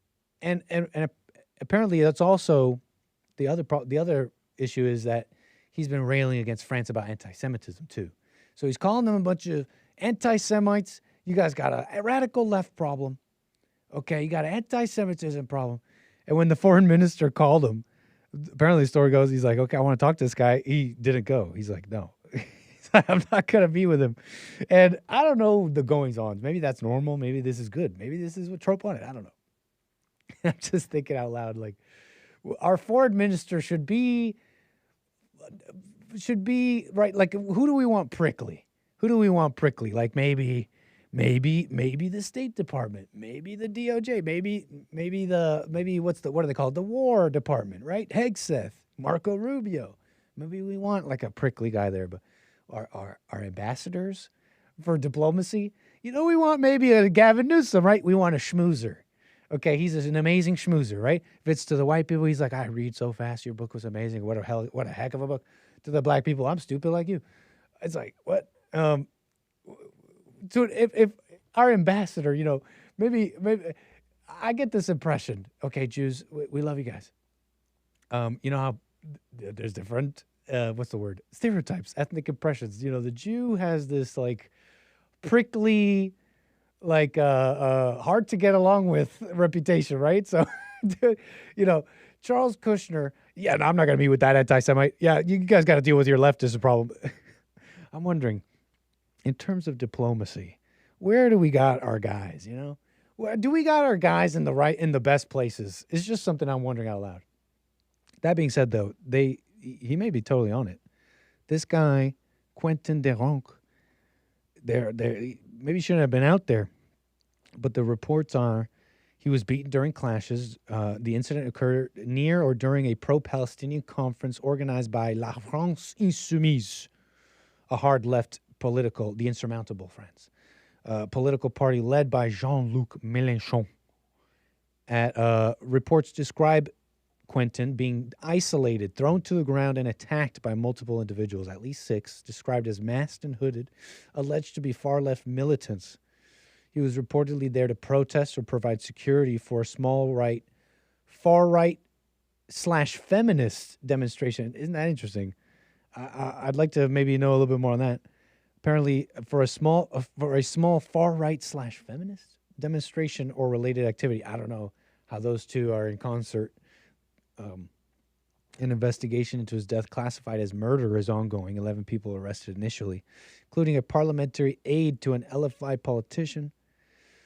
There's scrutiny on the group, the masked alleged left and militant group known as La Jeune Garde, the Young Guard, described as an anti-fascist militia linked to parts of the far left. Yeah, it's like the left has like a, what's the word I'm looking for? They're clear on what they're about, right? They're like open borders, gay, trans. The people who disagree with us are actual Nazis who need to be attacked, who need to be killed in some cases. That's what they think. Maybe not all of them. But you saw Charlie Kirk. You saw they laughed about it and thought it was fine. You know, they many just like a what might on the surface be just like a school counselor, like the school lunch lady. You're like, that's just Barbara. Barbara is at home watching CNN, harboring sentiments, looking at Charlie Kirk's murder and thinking, you know what, he deserved it because he was talking about gun violence and he's a right wing. Barbara, what's happening? You know what I mean? Like, that's where we are. So they seem to be clear on some of these things, as nasty as it is. What is the right wing? What is that? What is the right wing? What is conservatism? What is the GOP? It's like a little bit of this, a little bit of that. It's Christian, but actually no. It's white, but no. It's American, but actually no. It's just, I don't know. I don't know what it is. Am I on that? What do you guys think? 888-775-3773. I want to get to Art, Ohio. Appreciate your call. You're on the air. Hey, Nick. Hey, what's up with Nick? What's up, Art? Thank you for your call. All right. That what's that?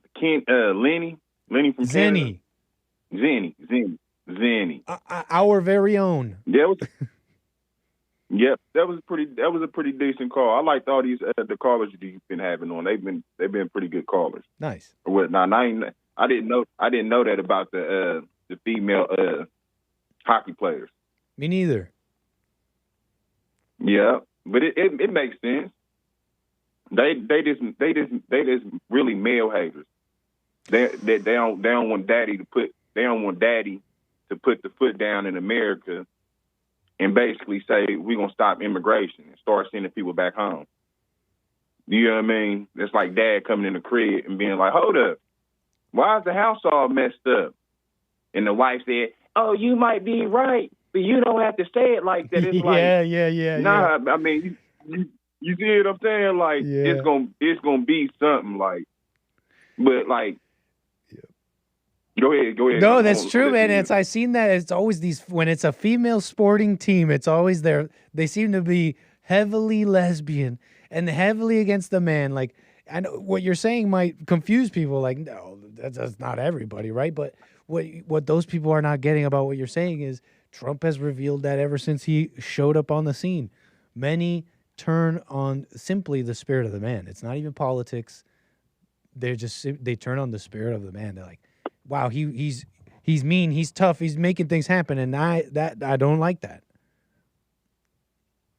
Yep, I promise to God, that's it. That's it, and that's all. Or with not, yeah, and I just can't understand it, cause they know what we see and what we talking about, and they want to say it, but they don't want to say it because they want to look like the good girls or whatnot, meaning, oh, you're wrong. Everybody should be able to stay in America, and America is for everybody. When they know that ain't what they really mean, and they just trying to basically pander to the immigrants or whatnot to make themselves look good. But Trump is really like dad coming home, like, hold up, You got to get all these weird people up out the house. Hold up, that wasn't just your friend yesterday. When did you meet her or him? Like, or how did he and he meet? And like, how did y'all become friends? You like, hold up, you got a new friend in the house every day. And as a kid, you don't understand, like, you can't have all these people in your house because then your game controllers come up missing. Then your nail kit come up missing. You know, your nail polish as a female come up missing because you got all these random different type of people. So they know Daddy Trump is right, but they just still want to be. Man, they got PhDs. That's what I mean. This generation, and even my son and my nephews, they ain't going to understand until they understand that fat meat is greasy, and it is this simply how it is. The Bible talk about it. A lot of females are just straight out haters, and a lot of these females is raising these kids as single females, and the kids is becoming coming up to be straight up haters. It's just straight up. It's a total fantasy. That's all it is. You can't sit here and be. Yeah, you can't sit here and get a man credit for basically saving your life and financially saving you, because you don't got enough heart or enough common sense to know that America can't keep functioning as America if you change the demographic of the people in America. But go ahead, I'm listening to you. No, you're absolutely correct. They got like a chip on their shoulder and a narrative, like all victims do, like all victim groups do. They got a false narrative about what's happening in America. Where is this? What rights don't you have? What oppression is happening? An answer they won't be able to answer. In fact, it's the opposite. The world is bending over backwards for them, and yet it seems like all these victim groups' lives and everybody in America's lives are getting worse. And so, like, the ship sinks, the ship sinks, right? But America's bending over backwards for the ones that are saying they have no rights or anything. And yet, right, their lives are getting worse, so they get to complain. It feels like maybe I have something to complain on. My life is getting worse, but it's like for everybody, and especially because you just committed to hate, blame, and victimhood. Oh Lord, you were saying? Yeah. But so check this out. That's my fault. So even think about it, even like this. Oh, that music. Ignore that. Sorry. Nah, hey, I was like, hold on, is the show going on? Wait, yeah, we just turned back the clock? No, my fault, Yeah, for sure.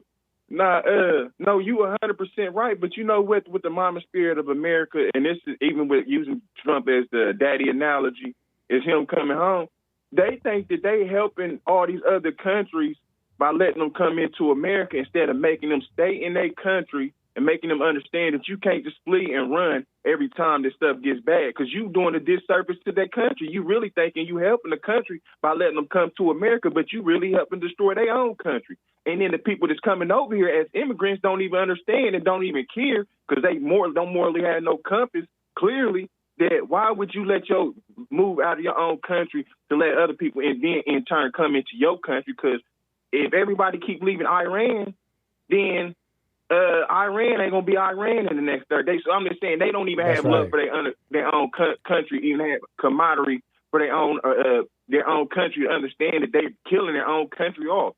It's to basically make themselves try to come over here to America and basically act like they adjusting to our culture when they know that they ain't even really wanting to adjust to our culture. So you being fake when you only have to be fake when you can just be in your own country, and if you have enough backbone and enough work ethic and enough logic, then your country will, or enough males leading you that's got moral compass into your country will end up being great. Go ahead, I'm listening. So true, Art. Yeah, these are the arguments you hear about immigration, but no one thinks about these things. And if they cared so much, they'd keep their country better. But you've arrived to how people really feel. It's not a matter of making a place great. Like how Trump says, right? I just want people here who just want to make things go and make this place great. Like, no, it's people who want stuff. They want stuff, and then their morality and their religion is each other. And that's that simple. All right, man, I appreciate your call. Anything else you want to say before we move the wheels? No, man, I've seen some stuff like Stone Mountain High School, where the black kids was out there saying F ICE and F this. Yeah. And it's like, no, y'all need to F with them books. You know what I mean? Why you up here worried about why you getting on these little clips saying F ICE? we don't F with ICE and these is, I'm thinking these is Negro kids, because I'm understanding that demographic area, Stone Mountain area, is Negro kids, so descendants of slavery. You see what I'm saying? They up here saying F ICE this and F ICE that, and it's 2026, and y'all was better at reading back in 1900s, and now look, y'all can't even read on the same comprehension level that y'all was reading back in 1800s. Y'all worse now, 2026. That don't make sense. So why y'all saying F ICE? You need to be saying, oh, we F with these reading books. We F going to class. We F and learning F skipping class. Science. How about F skipping F drugs? Yeah. F skipping F don't F anybody. How about not F anything? Or F cussing at your teachers. But yeah, I'm totally with you, man. Yeah. And you got Shaniqua out here instigating fights and stuff. Nah, you need to instigate your kids into reading. Instigate going in your sons in Chicago's rooms and checking their book bags. Instigate making sure that you can probably pass some laws to keep your bad kids in Chicago off the internet. They shouldn't even allow kids in Chicago. They shouldn't even allow citizens in Chicago, black citizens in Chicago, to even have weapons. How bad Chicago is. You see what I'm saying? So everybody don't get the bad kid in the house, Daddy Trump. You see what I'm saying? The bad kid in the house don't get to go and do whatever. The kid that's responsible get to do what they basically want. We don't have to watch them as much because we know that, and I'm using these like Ohio, Virginia. We, the big kids where you don't have to watch us as much. Chicago's proven to be the kid that you got to be like, hey, you go make sure you keep while he's playing Nintendo 64, keep a dog leash around his neck, and we're going to have to sleep with one eye open with little Jeffrey or whatnot, because he's acting like a little serial killer. You see what I'm saying? And I'm using Chicago as so they can't have guns. You see what I'm saying?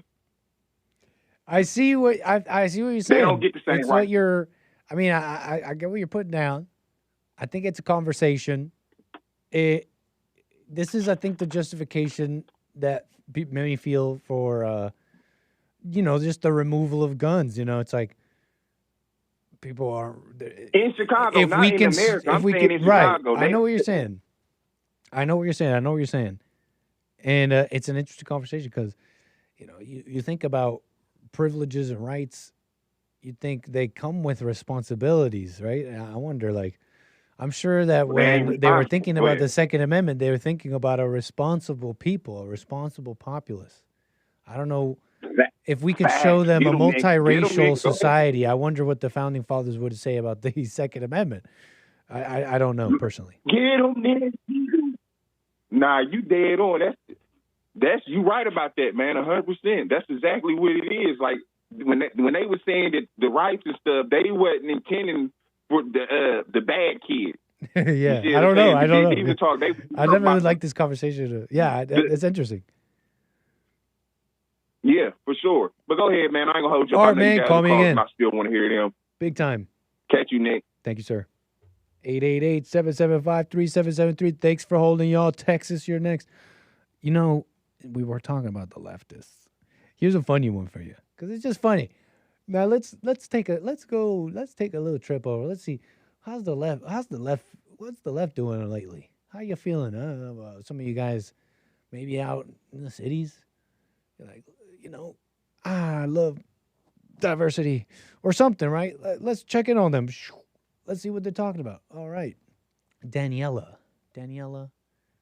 who is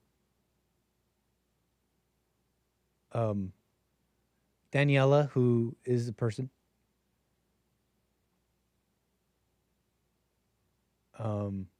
I think she likes Mamdani. Maybe. I don't know. Look, she says, my husband was, I don't know who she is. But look, Daniela, this is a conversation the conversation started here. She says, My husband was on a crowded train yesterday when a homeless woman got on, pulled down her pants, and peed all over the train in front of everyone. He hasn't stopped talking about it for the past 24 hours. It is the single most traumatizing thing that's happened to him in New York City. I wonder how long they've been living in New York City. But her husband is maybe getting red-pilled right before her eyes. Where's that graph? Remember that graph? And it was like how people become liberal, conservative, and otherwise? Let's see if Gronk knows how to find it. Because it's kind of funny, kind of thematic. What's that image that shows, what's that arrow graph? I don't know. That shows how people's political ideology changes with life events, like getting mugged or owning a business. You guys remember what I'm talking about? I bet you Grok will find it. I'm confident he'll find it for some reason. Okay, yeah. Show it to me now. Now show it to me. Grok, show me the image. Here it is. So you're a conservative. You have to pay medical bills. You become a liberal. Maybe you're a liberal and you get mugged. You know, you become a conservative. You're like, hey, what's going on? Maybe we're not all this. Maybe it's not all just like equal people. It's just, no, people have different cultures and ideologies. And you know, we're not all the same. You're like, I got mugged. I'm a conservative. You're a conservative. You get arrested. You're like, hey, government, stay out of my life. You become a libertarian. You're like, hey, government, what right do you have to tell me? Hey, this is my, hey, man, it's just, I thought this was America. It's just a little, I don't know, XYZ. Libertarian, right? Maybe you're a libertarian who has kids. And you're like, you know what?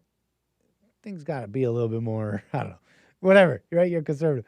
Maybe you're a liberal that starts a business. You're like, you know what? No, these are really high taxes. Why am I paying for these people? Like, I have a business and I shouldn't be penalized for being a business owner. So you become a libertarian. Maybe you're a libertarian and you get fired. You're like, yo, what is up with the wealthier classes? They're like, I have like no rights to them. They just have a monopoly. They can do whatever they want because they got money. What about me? Where are my civil rights? What about my human dignity? What about my rights? You become a liberal. So, and I'm getting these calls right here. The conversation continues. So that's her husband having a bit of a moment. They're responding to Daniela. Welcome to our trash revolution response. I've been on the subway with homeless people that peed, screamed, all sorts of stuff. It was mildly uncomfortable, but truly didn't impact my day in any way. Maybe your husband needs to toughen up. Huh? Maybe you're, huh? What kind of beta male are you with, huh, honey? Come with me. This is, I don't know what he's trying to out alpha her husband, who's horrified by deranged homeless people just peeing in public. I mean, that's deranged. That's anybody who cares about civility at all. You should recoil a little, maybe not emotionally, but I've been on the subway. Okay, I've seen this stuff. Maybe toughen up, buddy. Female leftist chimes in. I am begging leftists and liberals to not do this again. It is normal to be smart or to be nervous and on high alert when someone behaves in a profoundly antisocial way, peeing on the subway and or threatening, screaming on the subway. I got more for you. How about playing your music off your phone with no headphones really loud? Just like really loud. That's pretty antisocial. That's really antisocial. The more cities tolerate this, the fewer, unless you're like an individual who walks around barefoot sometimes, and maybe you're like a Southern boy and you grew up maybe like Alabama, like Jim Crow style. Maybe that's different. That's a free spirit. That's actually a free spirit. That's a free spirit.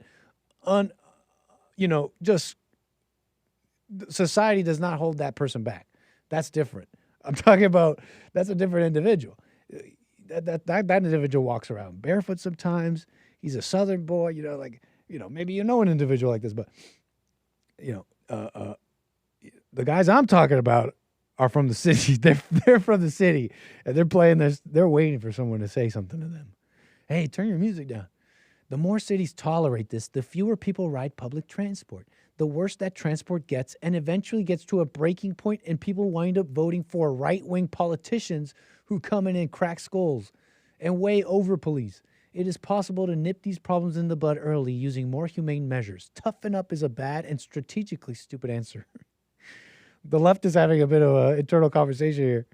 They're like, hey, stop it. People are going to like vote for others if you start acting like that and tell them we can't fix it. They just have to like accept violence and deranged people.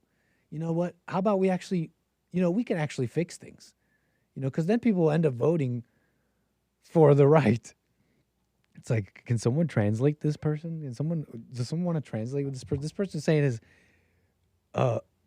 look, guys, if you go mask off like this and don't let us slowly destroy things over decades, people are going to wake up and vote for the right. So they're just having a little bit of a funny moment there. That's that was humorous, okay? A little bit of an internal conversation there that we were privy to. I want to get to John out of Houston, Texas, man. I appreciate your call. You're on the air. Thanks, Nick. Senor Gorgonzola. Yes, sir. How you doing? How's your Wednesday? How you doing, afternoon? Sir John? From one senor to a sir. Oh, you can just call me John. Okay. How you doing, John? The graph you were talking about. Yes. You go from political party to political party, back around in a circle. Yeah, due to like life circumstances. Couldn't life circumstances just be a discipline from God? Just disciplining the children that He loves. And why do you think that? I'm saying that couldn't that be like just the way to look at it? Just the way to. It could be. It could be one way of looking at it. Sure, it's a possible way of looking at it. Why do you see it that way?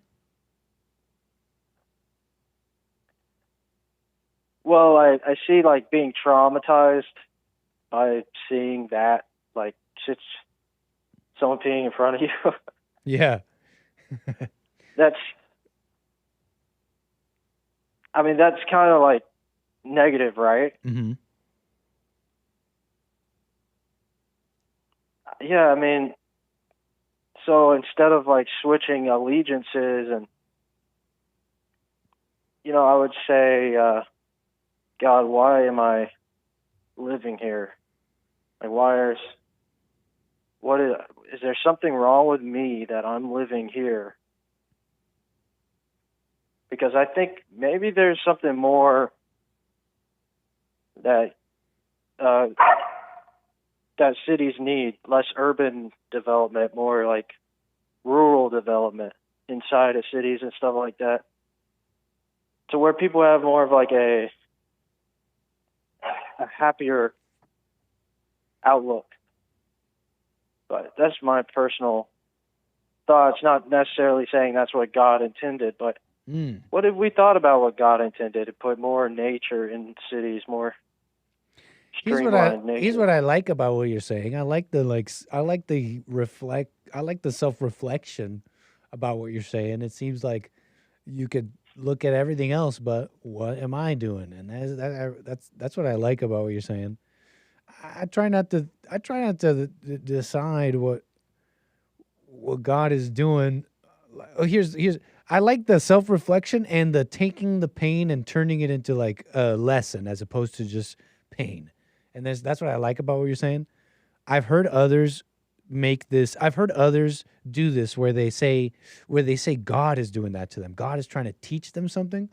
And there's like a seemingly positive side to that, but there's also like a negative side to that. And that's why I avoid even saying that, because if you see these painful moments as just God trying to teach you, yeah, you'd be like, wow, you know what? This pain is not bad. Let me turn it upside down. Let me turn the frying upside down. This is good.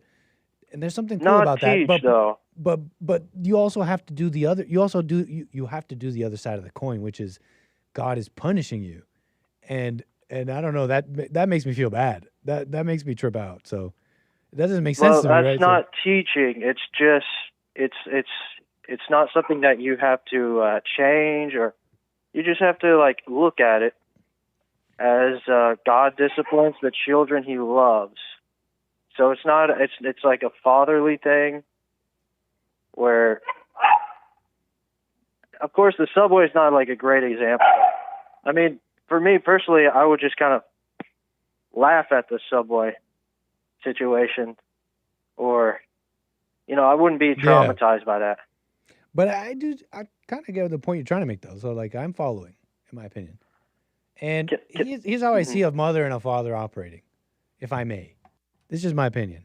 But in terms of discipline, this word, the mother is worried about the wrong things the kid is doing and is constantly telling them and is trying to guide them with punishment and reward.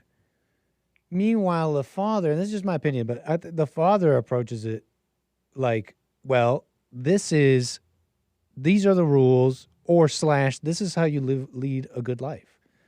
And there it is.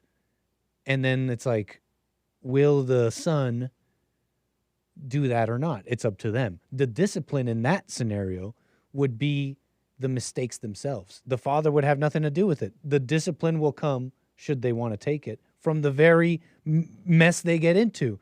If you put your hand on a stove, the discipline is the heat of the stove. No father had to tell you, hey, right? This heat of the stove was the discipline in a sense. So I don't know. I just see the mother and the father approaching it differently. And this is just my opinion, but I like to think of God like that a little bit. But because when I think of him like a mother, like constantly trying to guide me and punishing me, and it's like, that doesn't sound like God to me. That sounds not like God. What do you think? Oh, well, that's not what I called in about, but I'll tell you what I think. Didn't we fall into a fallen state, like, because of, Adam, right? So isn't the world in a fallen state? So it's not just like discipline, but it's also like a correction, just like as it comes and as it goes, and it's not like a punishment. Mm-hmm. But you just see negative things, and you see fallen things, and it affects you. But then you can just think, okay, well, God is working with this because He disciplines the children He loves. And it's not just like a earthly discipline. It's just like a building towards something that will grow, building towards something that will like blossom or like explode. Like a building towards a new paradigm in your own mind first. But you might be right. There's stuff that I'm not sure about there. You might be right. Any examples of do you see God disciplining the children He loves in the world? Do you have is that something you see in the world, in your opinion? And if so, an example? Oh, that's a good question. For example, I just like kind of was working out in the yard, and I cut down this tree, this like small bush, and I hit my water pipe on accident. The water pipe's starting to spray out water. Oops. And I don't have the money right now to get it fixed, so I'm just turned off my water in my house. I'm going to have the money sometime this week, but I need a bigger wrench. What kind of I don't pipe know is if that's it? a good example. Is it copper? Is it? It's PCV, but it's Oh, it's not like one of those PVC pipes? But I think I didn't cut the pipe, but I think I just knocked it loose a little bit. This part. You can fix that. Easy peasy. I'll put a picture of it in the Discord. Yeah, we'll get I on wanted that. to get to my question. Throw it in the Discord. We'll get on that. We'll get on the pipe repair. So I'm looking at We'll get the of best Rights. minds we have on the job. I'm looking at the Bill of Rights. Okay. The last part of Article 5. Okay. Private property now shall not be taken for public use, just to summarize, without just compensation. And the Epstein files, those are private emails. So I'm just wondering if any lawyers are in the chat. Is that legal if the person is dead? Oh, yeah, I think it might be. Yeah, I think they covered those bases. But I'm not sure. I mean, yeah, they covered the bases on that. Or did they? I don't know, John. You might know better than I. But I don't think that one's much of an issue. Cuz then who would put forth the case? Jeffrey Epstein is dead. I guess maybe the others, but the others are all like redacted names. Yeah, he's So really, privacy. I really don't know how to answer that, sir. John, man. What else? Yeah. Go ahead. Anything else you want to say here before we move the wheels? I think another thing in Article 5 is that, shall be held to answer for capital or otherwise infamous crime, or shall be compelled in any case a witness against himself. Accused shall enjoy right to speedy public by an impartial the crime been committed district. It's just interesting that this case, but yeah, that's all I have for today. Post that picture. It might be an easy peasy Lowe's trip, like Bertie Bound Brian says. It might be an easy peasy repair. We'll get our best minds in the Discord on it. If you want to join the Discord, the link is in the description of the videos. Yeah, I mean, I was feeling like this is such an inconvenience. The pipe thing? And I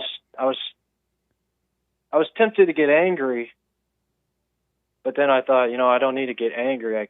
Maybe I should be disciplined. Well, there's a lesson in everything, no? I just like, if you start thinking God is punishing you, then it's like, then you're always going to be thinking like God is like seeing you as a sinner. And I'm the permutation, the mental permutations that come from that, I think are far too big of a risk to believe that. So that's why I avoid believing that. But yeah, so you took an axe to that? It was like an axe to PVC? A hatchet. No, it's like okay. Is this something that maybe you need a plumber on? It might be an easy fix, man. Post that in the Discord. We'll talk about it. I'm posting in the Discord. You can't even see it, though. I have to turn the water on. We're not you can't plumbers. Even see it. It's impossible. Full disclosure, I don't think there may be a plumber in the Discord, but, Sir, John, appreciate your call, man. Call me again. Thanks. Bye. Bye-bye. All right, folks. Last few minutes of the show. Wow, look at the time. How did it fly like that? Because it's not copper. It's not a metal pipe. It's PVC. I mean, we can do this. It's easy peasy. You got what? It's PVC. Anybody could do that.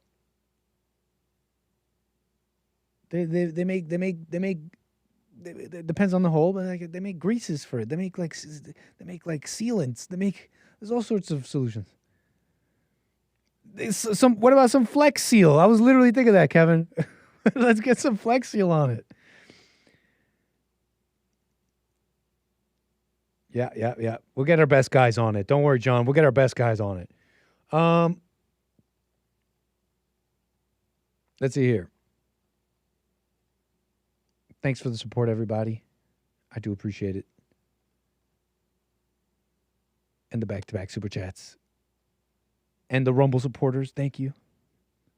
DIY all the way, brah, says Buddy. Plumber? Gloves? We ain't making a sandwich. Gloves? Okay. A few minutes here. I do appreciate your call. Anthony SoCal, thanks for your call. Go ahead. Hey, Nick, can you hear me okay? Coming in clear. Sweet. You mentioned those What was that? Was that Mamdani? You said making dua? Yeah. Dua? Yeah, dua.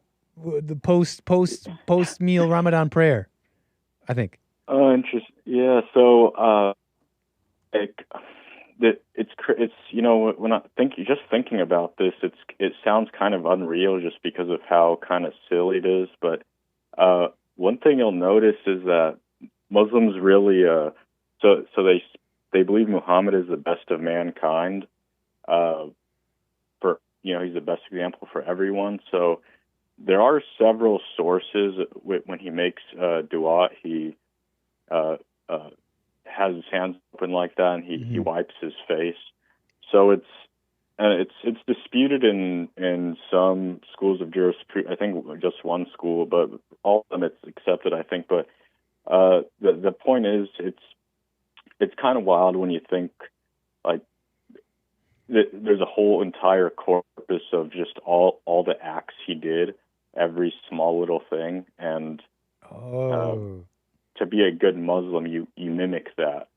But then when you bring up the fact that he married like a 6-year-old and had sex when she was 9, then they say it was back then. Like you can't judge him based on the past. Mm-hmm. Like we live in a different time, right? But then, even though they still practice that, but they still practice everything else he did. One example of that, it gets really it's really nuts. So when you go into the bathroom, you have to enter with your left foot first.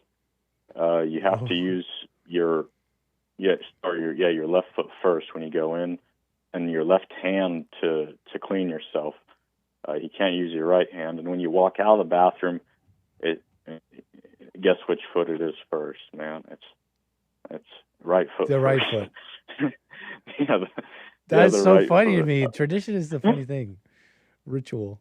Yeah. So if he wore a ring on his left finger, that the Muslims do that today. I'm following. It's a collection of things he did, and it's like you're mimicking those things.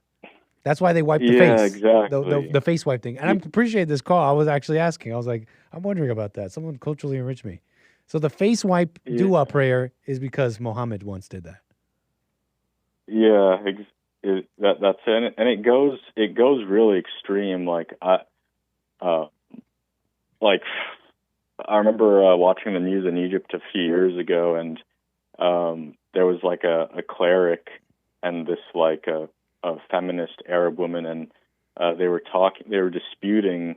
So this is wild, and I know your audience probably won't believe this, but this is a real tradition they have in the Middle East, and who knows, they're probably doing it in parts of Europe and the United States. But basically, let's just say you are going to spend the night at a friend's house, right? Or you're staying with a family, even your extended family or a friend, and you're staying at their house.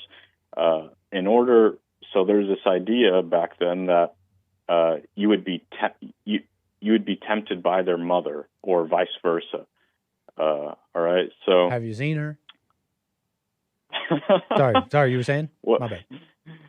Well,